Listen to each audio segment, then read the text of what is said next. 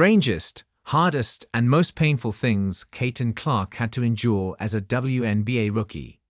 From mere suspensions to insults to hits, Caitlin Clark went through it all in her first pro season. Caitlin Clark's rookie season is officially over. She and the Indiana Fever were sweep victims of the Connecticut Sun and DiJonai Carrington, in a series where Carrington gave the rookie a black eye in Game 1 and Clark had to have an opposing fan removed in Game 2. All the while, she only managed a 35% field goal percentage and just 20% from three. But it was hardly the first difficult week Clark had had since college. The WNBA has been a punishing environment on multiple levels for the rookie phenom. And as great as her talent to be, she often had to face even greater obstacles and scrutiny due to the transcendent spotlight that was always above her. Here's a look back at the strangest, hardest, and most painful rookie moments that Clark had to experience, all before turning 23. Being forced to give a happy birthday performance. As far as strange or hard moments go, this one actually isn't even exclusive to Clark. She was simply being indoctrinated into a ritual within the Indiana Fever. Clark had to sing happy birthday to Fever teammate Lexi Hull on September 13, which is customary for Fever rookies. "It's a tough job," Clark said. But Clark, being the only Fever rookie, had to give a solo performance, she told reporters that day. The Fever had 3 picks in this year's draft, but their other 2 picks, Celeste Taylor and Leilani Correa, did not last long with the team. Taylor now plays for Phoenix, and Correa is a free agent. Getting called the B word on ESPN. ESPN host Pat McAfee used his nationally televised show on June 3 to refer to Clark as a white.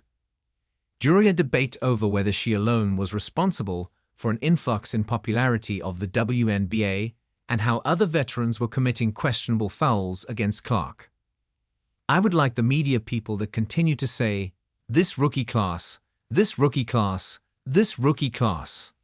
Nah, just call it for what it is. There's one white. For the Indiana team who is a superstar," McAfee said. McAfee later had to apologize for the comments, but has continued to do his show on ESPN airwaves. Nearly getting suspended over calls she disagreed with, Clark finished the regular season with 6 technical fouls.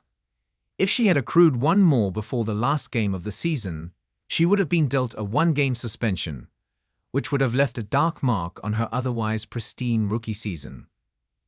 Clark even said she disagreed with more than one of the technical fouls that were called against her during a press conference after a loss to the Minnesota Lynx on September 6. "It stinks because I feel like half of my technicals this year.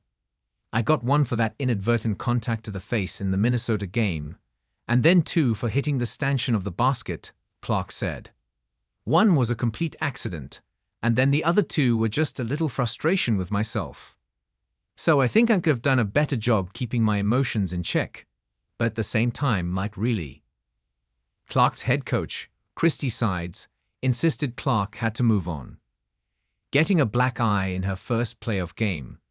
The Fever's Game 1 loss to the Sun on Sunday involved an incident in the first quarter when Carrington stabbed Clark's eye with her long fingernail. Carrington struck Clark while trying to block a pass from Clark in the first quarter. Slow-motion footage showed Carrington bending her hand while coming down from the block attempt, pointing her nails in Clark's face. Even worse for Clark, no foul was called on the play. Later in the week, Carrington said the poke wasn't intentional. Clark also said she didn't think it was intentional when she was asked about it. To add insult to injury, Carrington has also antagonized Clark and her fans on multiple occasions in the past. On June 13, Carrington made a post on X calling out Clark for not doing more to speak out about people using her name for racism and other forms of prejudice, even though the rookie phenom has condemned racism and misogyny in public statements. Dog. How one cannot be bothered by their name being used to justify racism, bigotry, misogyny, xenophobia, homophobia, and the intersectionalities of them all is nuts, Carrington wrote. We all see this, we all have a platform. We all have a voice, and they all hold weight. Silence is a luxury.